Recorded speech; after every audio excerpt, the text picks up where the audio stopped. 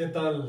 Buenos días, Mañanera Combatives desde la ciudad de Cuernavaca. Le dicen Cuernavaca, la ciudad de la eterna primavera. Y me acuerdo que le cambiamos el nombre, las personas que vivimos aquí varios años. Le pusimos Cuernavaca, la ciudad de la eterna balacera. Cuernavaca, la ciudad de la eterna balacera. Una ciudad tan bella, Cuernavaca es una ciudad tan bonita, tan llena de árboles. Es una ciudad muy bella. Lamentablemente, una ciudad totalmente abandonada. Una ciudad que ha sido el arca de la riqueza, de la corrupción. Una ciudad donde todos los gobernantes pues se han dedicado a servirse con la cuchara grande, pero de una forma descarnada, porque ustedes bien lo saben, en todos los países hay corrupción, en todos los países. A mayor o menor medida hay corrupción. En México, bueno, el país de la corrupción, de la impunidad, del desvío de fondos, etcétera, ¿no? Y Cuernavaca pues no es la excepción, pero aquí la gente que ha llegado a gobernar ha sido de ha sacado la riqueza de una forma que no ha dejado nada, porque hay lugares donde hay corrupción, pero los gobernantes, los presidentes municipales, gobernadores, roban pero dejan, como de alguna manera, y no estoy diciendo que esté bien, pero así le hacen, roban pero dejan, ¿sí? O como dicen algunos, roban poquito. Es que yo robo poquito. Así lo han dicho, políticos y gobernantes. Pero en Cuernavaca roban mucho. Entonces dejaron a la ciudad mal. O sea, muy mal. La ciudad está... No hay economía, no hay cultura, no hay nada. Y para acabarla de fregar, es una ciudad secuestrada por la delincuencia.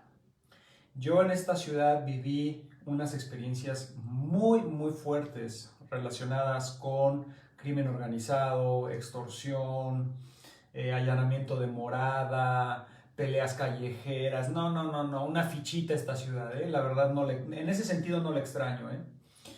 Ahora vivo en la Ciudad de México, que bueno, es una ciudad también bastante insegura. ¿Sí? No es, la Ciudad de México es un dechado de virtudes y seguridad. No, es una ciudad bastante insegura. Pero en la Ciudad de México lo que más abunda son asaltos, fraude, extorsión. Hay secuestro, sí, pero no tanto. Crimen organizado, sí, pero se mueve de otra manera. Aquí más bien en la ciudad de Cuernavaca es cínico, o sea, es evidente, es abierto. Derecho de piso por todos lados, extorsión por todos lados, crimen organizado a sus anchas. Por ejemplo, para que se hagan una idea, el crimen organizado controla el agua en Cuernavaca. O sea, el organismo gubernamental que se dedica a controlar el agua potable, ¿sí?, está secuestrado por el crimen organizado. O sea, el crimen organizado lava dinero en la ciudad de Cuernavaca, en el gobierno, en pozos de agua, lo controlan los recursos naturales, etc. Y gente que ha denunciado fuerte, o sea, que se ha dedicado a ser activistas de no, recuperemos Cuernavaca, recuperemos este estado, esta ciudad, los matan. Entonces me van a decir, oye Bruno, ¿y tú qué estás haciendo? Yo no soy un peligro porque me viene valiendo. O sea, pues la ciudad así ha sido. Por años la gente ha sido muy negligente en esta ciudad, aunque se enojen los cuernavacenses, pues la verdad es que les vale. O sea, pasa uno, pasa otro y otro gobernante de pena ajena, gente nefasta, gente tóxica, y esa es la realidad de esta ciudad y de este estado, ¿sí? Un estado de los más pobres, de los más mediocres. ¿Y de quién es culpa? Pues de los mismos morelenses, porque no hacen nada, nada por mejorar su estado y su ciudad. Esa es la realidad. Nada más se quedan ahí a la expectativa, se quedan nada más recibiendo las migajitas que les dan los corruptos y los mafiosos. Esa es la verdad. Así que yo ni vivo aquí, ni me interesa. Entonces no represento un peligro para los intereses de la delincuencia. Pues no represento nada. Ellos saben lo que hacen. El problema cuando te metes en ahora sí que cuando te metes en problemas es cuando empiezas a hacer algo que afecte los intereses del crimen organizado. Pero mientras no hagas nada que afecte sus intereses, pues siguen en lo mismo y no no entras dentro de su radar, vamos. Entonces, bueno, pues es lamentable que la ciudad esté así, pero bueno, yo vengo aquí a descansar fines de semana y pues eso es todo, ¿sí? Y me voy, ¿sí? Y ya.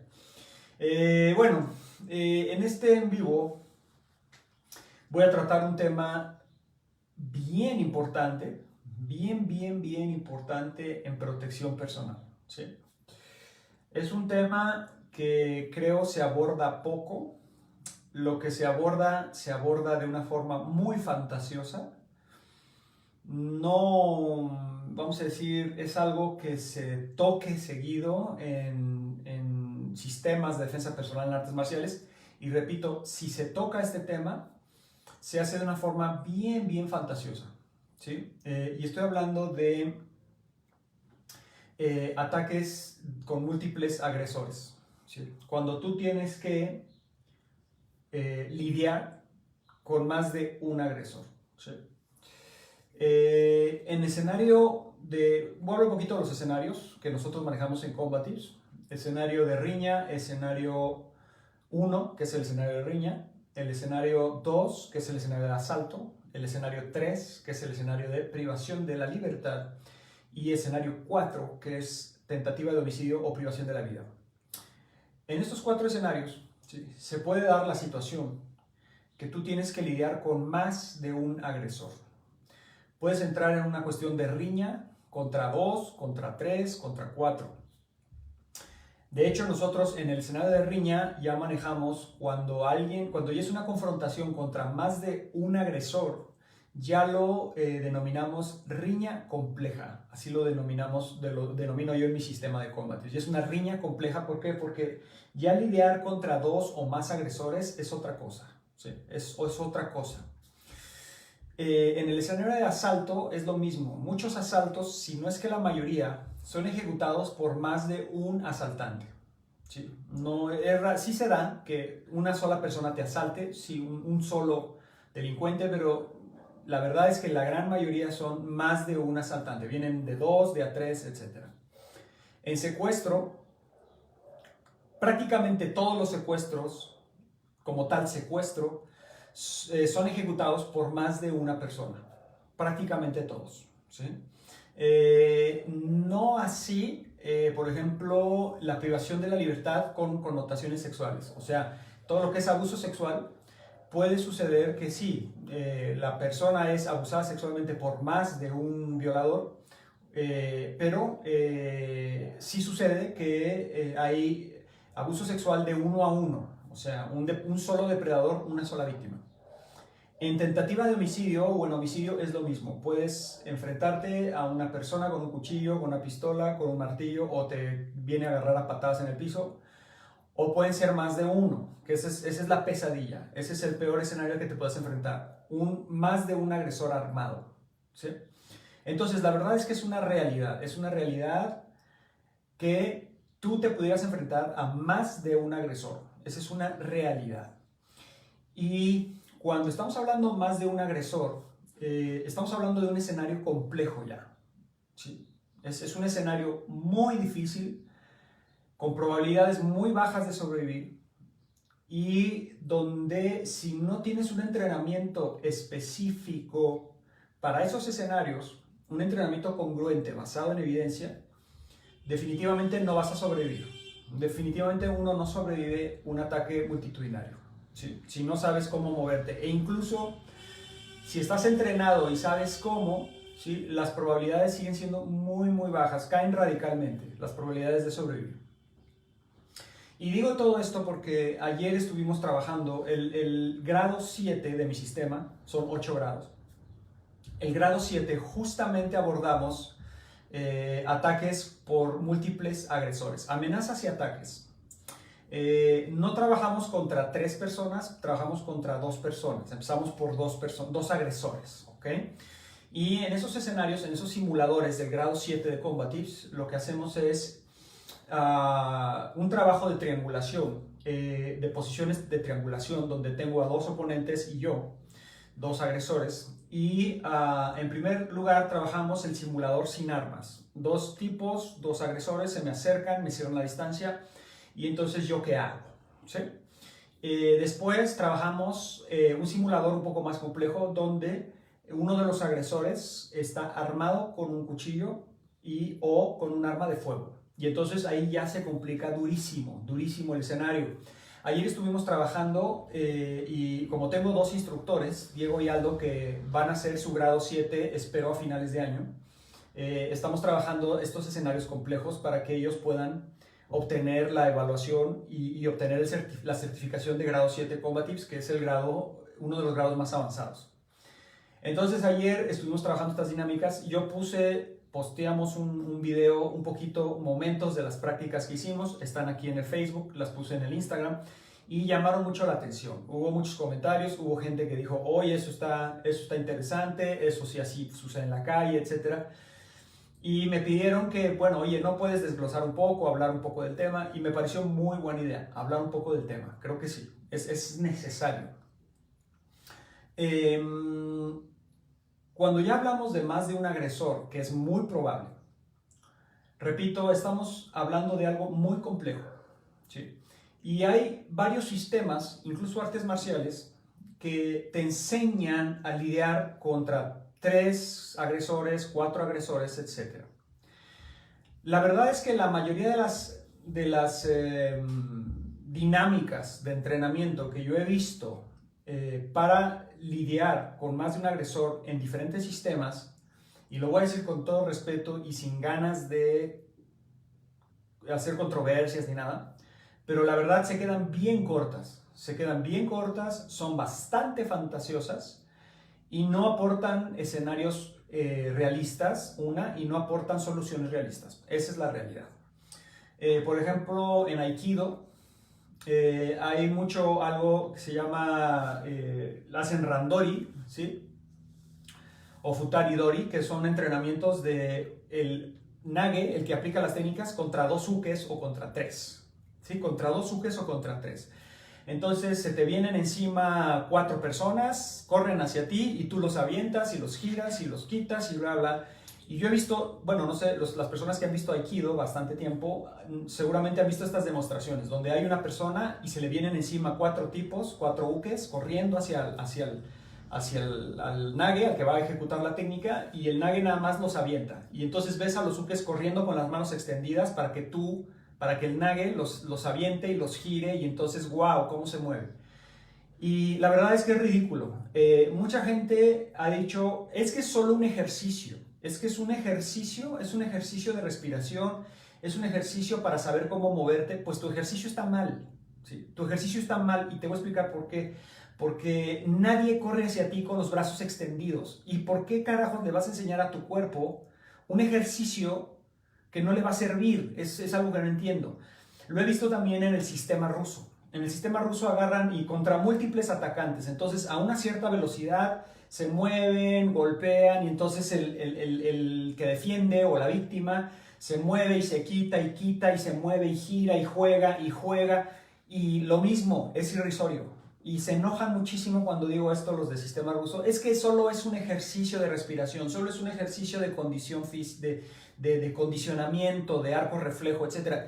Otra vez lo mismo, ¿por qué haces un ejercicio que es incongruente con la realidad? Porque la realidad es que nadie, ¿sí?, te cierra la distancia y te toca por diferentes ángulos a esa velocidad. No te da tiempo ni de hacer nada, ¿sí? ¿Por qué? Porque múltiples atacantes se te vienen encima y te ponen la paliza de tu vida. Es así de simple. Yo recuerdo en 1998, cuando hice mi primer examen de cinta negra de Aikido, parte del examen de la cinta negra, cuando el Aikido era más realista, esa es la verdad, parte del examen de la cinta negra, lo que había que hacer era ponerte en medio y te aventaban a 5 cintas negras, cuartos danes, quintos danes, o sea, gente fuerte, de esa época, del Aikido de la vieja escuela. Y entonces yo recuerdo que cuando acabo mi examen, mi sensei me dice, siéntate aquí, te van a atacar estos 5 tipos, ¿ok? Y entonces estos 5 ukes. Entonces, puros instructores. Cuando vi a los tipos y los vi, dije, ya los conocía cómo entrenaban, dije, se me van a venir encima. Y efectivamente se me vinieron encima. Entonces el sensei aplaudió y se me vinieron encima. Y yo me paré rápido, traté de quitarme a uno, y cuando me traté de quitar a uno, me cerraron la pinza porque me traté de ir a las esquinas, porque eso es lo que tienes que hacer en una situación donde se te vienen varios tipos encima. Tienes que flanquear y tienes que ir a las esquinas, no ir en medio. Traté de hacer la estrategia de moverme hacia un lado y me logro quitar a uno, y mientras me estoy quitando a uno, ya me habían agarrado los otros y me dejaron como tortuga boca arriba. O sea, me inmovilizaron entre 5 y me agarraron. Y me empecé a reír, o sea, me dio risa porque dije, pues es que esto es imposible. O sea, ¿cómo me voy a quitar a 5 personas fuertes, entrenadas, que se me vienen a agarrarme y a someterme? Pues, o sea, fue muy difícil, o sea, realmente no lo pude hacer. No estoy diciendo que no se pueda hacer. Lo que pasa es que en ese entonces yo quise aplicar Aikido, o sea, quise quitármelos como yo veía en las exhibiciones. Entonces, como era Aikido, dije, pues si al maestro, no sé, se supone que así funciona el Aikido, te los quitas y los avientas, pues voy a hacer lo mismo. Y cuando traté de hacerlo, sin golpes, sin nada, nada más quitármelos, pues, me inmovilizaron. Y entonces, lección aprendida, porque la verdad pensé, si hubiera yo hecho esto en una pelea callejera contra 4 tipos, me mandan al hospital. ¿Sí? O acabo a 3 metros bajo tierra. O sea, porque yo he tenido conocidos que han acabado en el hospital por palizas multitudinarias. O sea, 4 tipos lo agarraron a golpes y lo mandaron al hospital. Y he conocido gente que ha fallecido por riñas multitudinarias donde entre 4 tipos lo patearon hasta matarlo. O sea, no es un juego esto, ¿sí? Entonces, yo veo muchas dinámicas de artes marciales o de sistemas de defensa que enseñan unos ejercicios contra 5 o 4 personas de pena ajena. O sea, no es la realidad. Nadie, si tú estás en medio, estás parado y te rodean 3 personas, 4, te rodean y se te echan encima, en serio, y te vienen a inmovilizar y te vienen a golpear, no vas a poder hacer nada, así te lo digo, ¿sí? Y me parece curioso que haya maestros que enseñen supergurús, masters, no, hombre, un supermaestro de artes marciales, supermaestro de defensa personal, que te haga creer que puedes lidiar contra 5 personas nada más aventándolos y haciendo cosas. O sea, me parece ridículo, ¿sí? Y peligroso además, porque te hace pensar como alumno que puedes realmente lidiar contra 5 agresores, ¿sí? Sin moverte y nada más quitándotelos de encima, por favor, es ridículo. Ahora, que ha habido gente que ha sobrevivido y de hecho que ha anulado a 5 personas o a 4 o a 3, sí. Yo conozco casos cercanos, incluso a mi familia, que le pusieron una paliza así, que dejaron inconscientes a 5 personas. O sea, se peleó contra 5 personas y los dejó inconscientes a los 5. ¿Sí? Y he sabido de muchos casos de personas que se defienden contra 3, contra 4, contra 2 y han salido avantes. O sea, sí existen personas que en peleas contra 3, contra 4, contra 5 han salido avantes, y no nada más que hayan escapado, sino que los dejaron inconscientes, ¿sí? Mandaron al hospital a 2 y a otros 3 los dejaron muy mal. Y a otro lo mataron. O sea, yo conozco casos reales de gente que sí se pudo defender contra más de un agresor. O sea, sí se puede. No con esto decir sí se puede, cualquiera puede. O sea, no estoy diciendo, es fácil, es un escenario fácil y yo te voy a enseñar cómo hacerlo. No. A ver, vamos a ser muy serios porque este es un tema serio, es un tema delicado. ¿Sí? No vamos a andar jugando con la gente, yo me quito a 5 tipos sin ningún problema. No es cierto, ¿sí? Primero vamos a empezar y quisiera yo mencionar los errores, ¿sí?, de entrenamiento, las artes marciales que quedan cortas en este tipo de situaciones, los aciertos de entrenamiento y las artes marciales que pudieran funcionarte para este tipo de situaciones, ¿ok? Primero veamos los errores, ¿ok? Uno de los primeros errores que mucha gente comete en ataques multitudinarios, ¿sí? O sea, de que se le vienen más de un agresor, 2 o 3 o 4 agresores. Un error que la gente comete clásico es quedarse parada. Sí. Es quedarse parada y en el mismo lugar y tratar de lidiar con uno y luego tratar de lidiar con otro y luego tratar de lidiar con otro. El problema de quedarte parado en medio de un ataque, ¿sí? De más de una persona es que te vuelves un blanco fácil. ¿Sí? Te vuelves un blanco fácil en lo que estás lidiando con uno, golpeando a uno o agarrando a uno o llaveando a uno o haciendo algo con uno. Los otros dos o el otro o los otros tres ya se te vinieron encima, ya te agarraron, ya te derribaron o ya te agarraron a golpes entre todos. Entonces, ese es el primer error, quedarte parado y no manejar el espacio, no, vamos a decir, manejar el ritmo. Y cuando digo eso, es que el segundo grave error de una persona frente a un ataque múltiple es que si te pones en una modalidad defensiva, o sea, no ataco hasta que ellos me ataquen, ¿sí? Definitivamente estás cometiendo el segundo grave error. El primer grave error es no moverte. El segundo grave error, ¿sí? Es esperar a que te ataquen para tú reaccionar. Ese es el segundo grave error, ¿sí? Muchos me van a decir, los inteligentazos, expertazos en seguridad, es que nunca debes de permitir quedarte en una situación contra más de 3 agresores. Bueno, la prevención lógicamente es lo primero. O sea, claro que tienes que evitar o evadir cualquier situación de riesgo, sea contra 1, contra 2 o contra 3. Pero el problema es, déjenme decirles, expertazos en seguridad, el problema es que la realidad no es así. Muchas veces tú quedas atrapado en una situación donde hay más de un agresor. Y eso podría suceder en cualquier lado, en un ambiente vecinal, en un ambiente laboral, en un ambiente urbano, en un ambiente de entretenimiento, ¿sí? Porque así es la realidad. Una cosa es lo que no debería suceder y lo que no deberías hacer y otra cosa es lo que ocurre. Entonces, evidentemente vas a buscar todas las formas de evitar una confrontación, pero si quedas atrapado en una situación contra más de un agresor, tu primer error es quedarte parado. Y de hecho, también son errores que se aplican directamente contra 1 a 1, ¿sí? 1 a 1. Tú te quedas parado en una pelea contra uno y te comen vivo, ¿sí?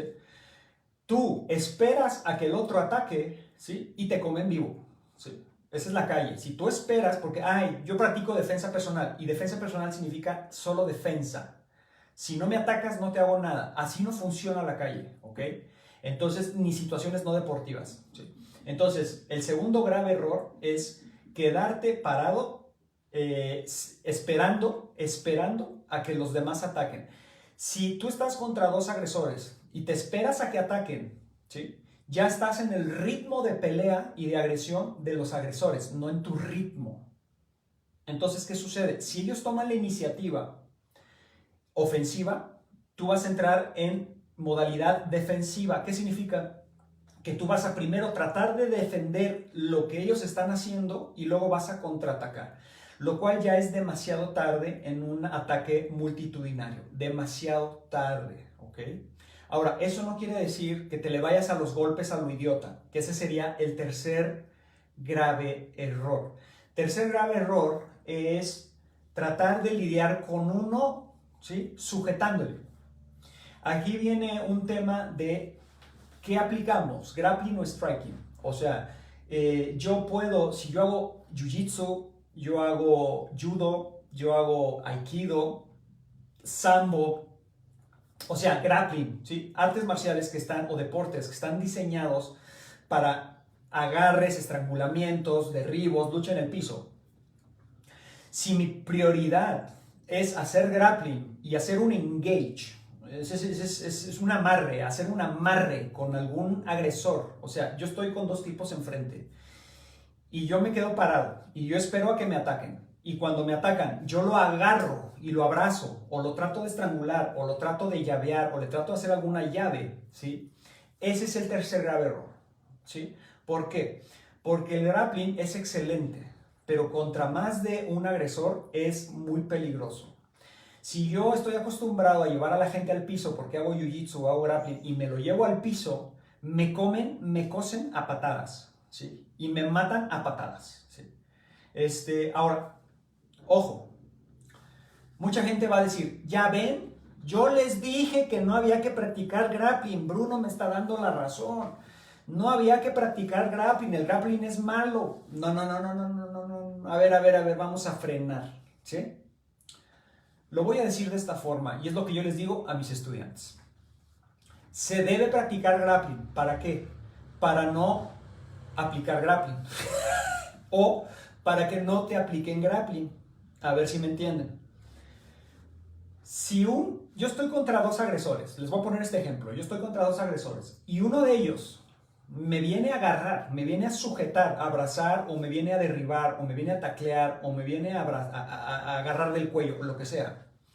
Yo debo de tener técnicas de grappling, o sea, debo de saber cómo funciona el grappling para hacer un antídoto del grappling.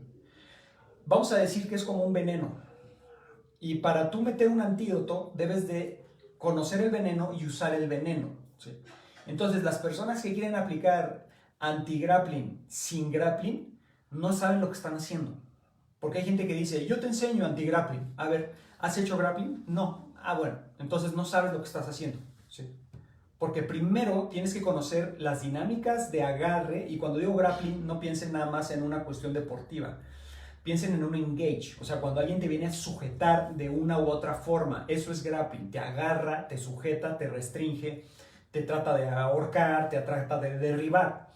Y para tú poder aplicar un antídoto contra esos agarres, contra esos estrangulamientos o cualquier dinámica de sujeción, debes de saber grappling, porque la mejor manera de aplicar un antídoto contra un veneno es que sea el mismo. ¿Qué es un antídoto? El antídoto es el mismo veneno procesado.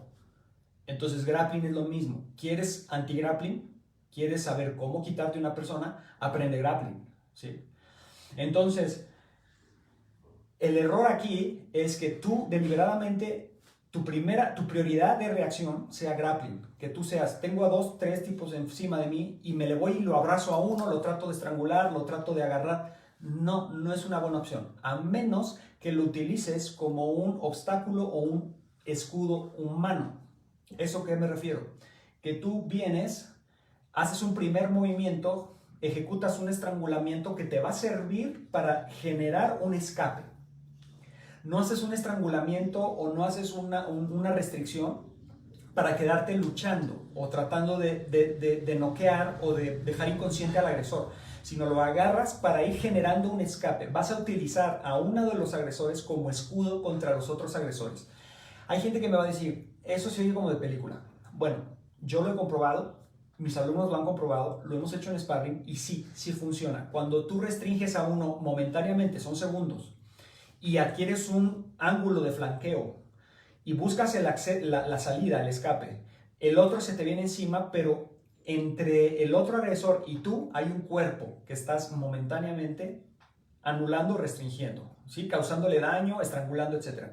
Cuando ves el escape, sueltas a la persona y sales corriendo. O sea, ¿puedes utilizar a otro agresor en contra de otro agresor? Sí se puede. Y para eso necesitas grappling. Entonces, ya quedó bien claro que no es que no uses grappling. Más bien lo usas para no dejarte restringir y posibilidades de usar escudos humanos para salir de la situación, utilizando otra persona contra los demás. ¿Eso se pudiera usar? Sí. ¿Funciona? Sí funciona. Entonces, esa es una opción. Pero para que se aplique esa opción, tienes que saber manejar un grappling específico contra múltiples agresores. No un grappling clásico, deportivo o clásico de 1 a 1. ¿Ok? Entonces, no cometan ese error. Me quedo parado, espero que me ataquen y luego hago un engage completo cerrado contra uno. No, está mal. Y me quedo ahí. Mal. ¿Ok? Mal. Otro error, ¿sí? Es que yo utilizo striking, ¿ok? Yo utilizo golpeo. El golpeo es una buena opción. Pero yo utilizo un golpeo, vamos a decir, unidireccional. O sea, yo ataco a uno, lo golpeo, luego voy contra otro, lo golpeo, y luego voy contra otro y lo golpeo, y así. No, tenemos que tener un golpeo multidireccional, multitasking. Golpeo a uno, golpeo al otro y me muevo de una forma diferente. ¿Por qué? Porque en el momento que yo reaccione ofensivamente y yo golpee a uno, los demás se me vienen encima. Entonces yo tengo que buscar golpear, generar una posición, no quedarme parado, generar un ángulo, una posición donde puedo recibir a otro y generar una distancia y una posición para recibir a otro y generar una distancia y posición para recibir a otro. El boxeo, vamos a decirle así, callejero, es muy diferente al boxeo deportivo donde es 1 a 1 y trabajo una misma posición y una guardia cerrada aquí. No, en la calle es diferente, ¿sí? Tienes que tener un boxeo multidireccional, ¿sí?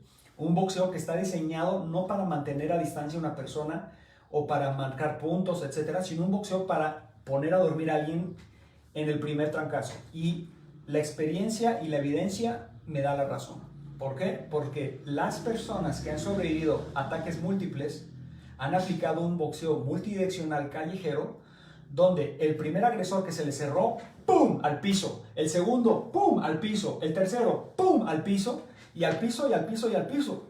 Y así van cayendo gente, ¿sí? Y ustedes véanlo, busquen ataques múltiples, ¿sí? Donde el agredido salió avante. Y vean lo que aplicó. ¿Aplicó grappling? ¿Se cerró con uno? No. ¿Qué hizo?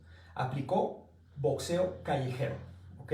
No se puso 1, 1, 2, 1, 1, 2. No, se puso 1, 1, 1, 1, noqueando gente, ¿sí? Para eso necesitas golpear de cierta manera y buscarles el botón a todo lo que pegues, ¿sí? No vas a trabajar precisamente el cross, sino vas a trabajar curveados, vas a trabajar ángulos para que entre el puño y entre en los botones y entre a noquear el primer trancazo. Y así es como pudieras tú sobrevivir una riña múltiple, ¿ok? Manejando mucha movilidad, manejando tus puños de una forma inteligente. Pero, van a decir, ya ven, lo dije, el boxeo era lo mejor. No. Tienes que complementar con otras dinámicas. Por ejemplo, Muay Thai, Lead Weight, todo lo que es el manejo de armas de impacto naturales a diferentes distancias. ¿Sí? Cualquier arte, cualquier disciplina que te dé esas herramientas, te va a dar unas buenas herramientas. Si tú sabes manejar un pateo específico, sabes manejar un puñetazo específico, sabes manejar un codazo específico, sabes manejar un cabezazo, ¿sí? Eso te va a servir. Ahora, nosotros tenemos que entender que cada vez que usemos los puños, nos podemos fracturar las manos, ¿sí? Y si yo tiro y de repente me rompo la mano, la muñeca y queda inmovilizada y ya no la puedo cerrar, ya no puedo hacer nada, me va a causar problemas, ¿sí? Entonces, eso hay que entenderlo, ¿sí? Por eso no puedo decir la solución y el secreto es el boxeo. No hay solución, es que no hay atajo, no hay una garantía de un movimiento específico o de una disciplina específica. Entonces, ¿qué me recomiendas practicar? Hay que practicar muchas cosas, no nada más puro boxeo. ¿Que te puede ayudar? Pues también te puede ayudar el Muay Thai y también te puede ayudar el Taekwondo y te puede ayudar el Karate, dependiendo cómo lo uses. Eres tú cómo ajustas tu arte a un ámbito no deportivo. Ese sería el punto. En términos de defensa personal, hay que aprender un striking, una manera de usar herramientas de impacto naturales de tu cuerpo de una forma, ¿sí?, multidireccional y mucho más abierta, donde vas a golpear también con palma, vas a golpear con codo, vas a empujar, vas a mantener distancias. Por ejemplo, el pateo es bueno, pero el pateo te puede meter en problemas, porque si tú en un ataque multitudinario metes una patada y no sabes meter bien la patada, no eres rápido, no eres fuerte, te pueden agarrar el pie y te derriban. O cuando estás metiendo la patada, como quedas en una sola base, cuando estás pateando, quedas en una sola base, en un solo pie, aunque sea segundos, y alguien llega y te empuja o te agarra, te van a llevar al piso. Entonces, el problema de las patadas es que momentáneamente te pueden quitar movilidad. Porque yo les dije, el primer error es no ejecutar movilidad. El primer error es quedarte parado. Entonces, necesitas tus piernas te sacan adelante. Entonces necesitas moverte, necesitas manejar distancias, etc. Si vas a tirar patadas, pues que sean patadas inteligentes, patadas rápidas, patadas castigantes, que puedas recuperar posición rápido y volver a atacar con otro lado. Nosotros manejamos patadas a las zonas bajas, manejamos patadas genitales, patadas a boca del estómago, patadas oblicuas a las rodillas, al cuádriceps, a la cadera, patadas laterales, rápidas, explosivas. O sea, no patadas muy aparatosas o que te mantengan en una sola base mucho tiempo, sino una patada rápida y regresar y luego cambiar a posición y seguir lidiando con los ataques que vengan. Entonces, esa parte es importante, ¿sí? Tener herramientas de striking multidireccional, mucho más holísticas, en el sentido más integrales, más abiertas, no pensar en una sola cosa y estarlas desarrollando. Error, otro error grave, no tener un game plan, o sea, no tener una estrategia de acción. O sea, tú te ves en una situación, de repente avasallado por 2, 3, 4 tipos, y no tenías una estrategia de acción. Simplemente, pues, a ver cómo le hago. Si tú, en una situación de riesgo, empiezas a tratar de tomar decisiones intuitivas sin tener un entrenamiento previo, pues, lógicamente, es muy probable que no te salga. Va a ser más suerte si te sale.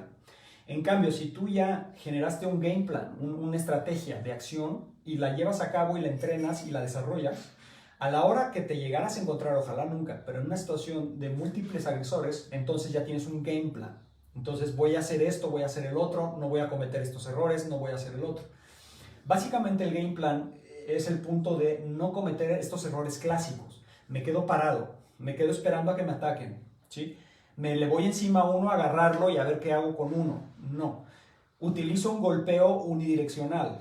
1, 1, 2 a 1, 1 a 1, mientras los otros están golpeando por otros ángulos. O sea, todo ese tema. Ahora, error último, hay más, pero no quiero extenderme más porque ya me tengo que ir además. Error último, ¿sí? No manejar tu espacio y no buscar, vamos a decir, las ventanas de oportunidad en el uso de armas circunstanciales y el uso de accesos para hacer escapes rápidos. Si tú, por ejemplo, estás en una situación de múltiples agresores dentro de un bar o dentro de un restaurante, tienes opciones, ¿sí? Para sujetar cosas. O sea, puedes agarrar sillas, puedes agarrar una botella, puedes agarrar un cenicero, puedes agarrar una chamarra y se la avientas. O sea, hay cosas que puedes hacer. Ahora, para poder sujetar un arma de oportunidad, un arma circunstancial, tienes que generar el tiempo y el espacio para poder sujetar algo y usarlo. Y eso solo se aplica si generas esa ventana de oportunidad tú.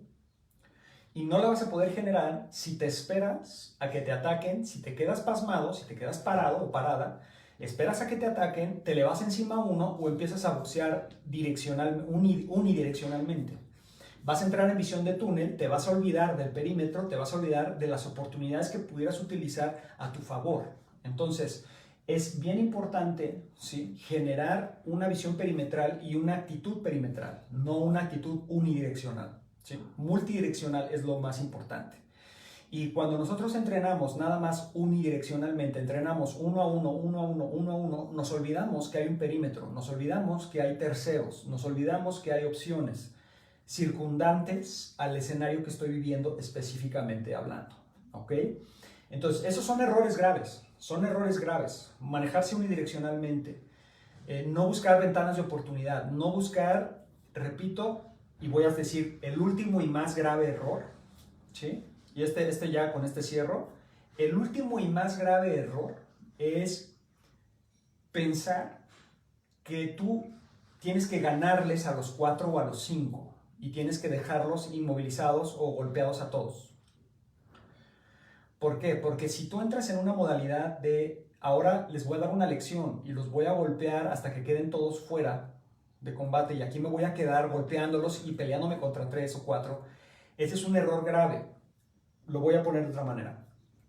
Lo único que puedes hacer y debes hacer es buscar la forma de escapar. ¿Sí? Pero lamentablemente para escapar de una situación donde estás ya atrapado contra 3, contra 4 personas, la única forma es generar ese tiempo y ese espacio para escapar. Y para generar esa ventana de oportunidad de escape y huida, necesitas lesionar y necesitas generarte ese espacio a través de herramientas del uso de la fuerza. Entonces, si tú piensas que una pelea contra 2, contra 3 o contra 4 es quedarte ahí peleando, estás cometiendo el error. Eso no es defenderse, eso no es protegerse, eso no es sobrevivir. Aquí sobrevivir es ganar. Y ganar es escapar. ¿Sí? Escapar es sobrevivir. Es lo mismo. ¿Sí?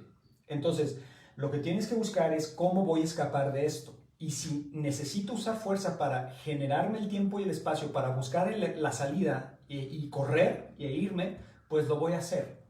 ¿Sí? Si es que la circunstancia lo permite. ¿Ok? Entonces, eso específicamente en riña. Pero también puede ser riña grabada. O sea, una de las personas está armada. Una de las personas trae un cuchillo. Una persona rompió una botella y una de las tres agresores trae una botella rota, una punzocortante. O uno de los agresores trae un arma de fuego. Eso ya es un escenario complejo, es agravado y ya está muy implicado un arma, circunstancial o específica. Y ahí la dinámica es otra, la cual no se los voy a decir. Tienen que venir a entrenar. Escenario de asalto. El escenario de asalto también es una cosa bien curiosa porque la gente piensa, me asalta uno a uno. No, normalmente te asaltan 2, 3 fulanos. Mientras te estás quitando uno, mientras estás forcejeando con uno, el otro ya se te echó encima. Es muy, muy difícil lidiar con un asalto de múltiples agresores. Porque pudieras desarmar a uno y mientras te estás quitando uno, el otro ya se te fue encima. No, y ya te está lesionando. No es que sea imposible. Yo conozco casos igual, casos de múltiples agresores en modalidad de asalto y la víctima se logró defender y los mató a todos o los desarmó o salieron corriendo, etc. Sí sucede, pero las dinámicas son específicas y también lo mismo, habría que ver los aciertos y los errores en esas dinámicas para entrenar inteligentemente. En escenario de secuestro es la misma historia, hay que ver cuáles son los errores, por lo tanto, cuáles serían los aciertos y entrenar congruentemente a, y es en escenario de homicidio, tentativa de homicidio o privación de la vida, lo mismo, buscar la forma, ¿sí?, de entrenar congruentemente con la evidencia. ¿Qué me sirve, qué no me sirve? ¿Sí? Y eso, repito, ya casi no lo ves en ningún lado. La mayoría de la gente, yo he visto maestros de defensa personal que enseñan unas barbaridades. O sea, dicen, bueno, si tenemos a una persona con un cuchillo acá y otra persona con un cuchillo acá y una persona con una pistola aquí, les haces 1, 2, 3, 4 y te los quitas de encima. Eso es una completa mentira. ¿Sí? Eso es una completa mentira. Cuando tú ves un maestro que se pone en situaciones extremas, sin resistencia, y te dice, te quitas al cuchillo 1, te quitas al cuchillo 2, te quitas al cuchillo 3, y luego a la pistola la desarmas, y luego otro se te viene con un machete y también te lo quitas, y se te viene alguien con un bat y también te lo quitas. Esas demostraciones de ataques de múltiples oponentes, múltiples agresores, esas demostraciones son estúpidas. Porque lo único que está haciendo la persona es luciéndose de algo que nunca aplicaría en una situación real. Entonces, ese es uno de los graves errores de entrenamiento. Tratar de hacer una demostración de habilidades excepcionales cuando lo que buscas y lo que necesita una persona real, ¿sí?, y en un escenario real, es habilidades básicas, simples, de escape, evitando cometer estos errores básicos que acabo de explicar, hay más, y buscando los aciertos tácticos y técnicos para poder sobrevivir, los cuales no se los voy a regalar, con todo respeto. Entonces les dejo ese en vivo, les dejo ese video, espero que quede más o menos claro por dónde va la cosa. No les estoy dando una solución, no les estoy diciendo haz esto, haz el otro, les estoy diciendo lo que hoy por hoy se enseña en la mayoría de las escuelas y academias, que tiende a ser muy pobre en ese sentido y no realista, e incluso a un nivel de fantasía inconcebible, y cómo es necesario que las instructores, instructoras, empiecen a abordar estos temas de una forma seria. ¿Por qué? Porque sí es una realidad que una persona pudiera salir seriamente lesionada o muerta porque se enfrentó de una forma equivocada a más de un agresor. Y no es de que lo haya provocado, sino que la persona quedó atrapada en una situación de múltiples agresores y ahora ¿qué carajos hago? Bueno, es nuestra responsabilidad como instructores enseñar realmente lo que tú como instructor sí harías y no lo que tú crees que harías y solo lo haces para lucirte y hacerle pensar a la gente que eso podría funcionar. Hay una gran diferencia. En fin, evidencia ante todo, comprobación, ¿sí?, herramientas básicas que te puedan servir en situaciones de pánico y terror, ¿sí?, y un entrenamiento inteligente, astuto, congruente a las capacidades reales de un ser humano. ¿Ok? Les dejo eso, que estén bien. Adiós.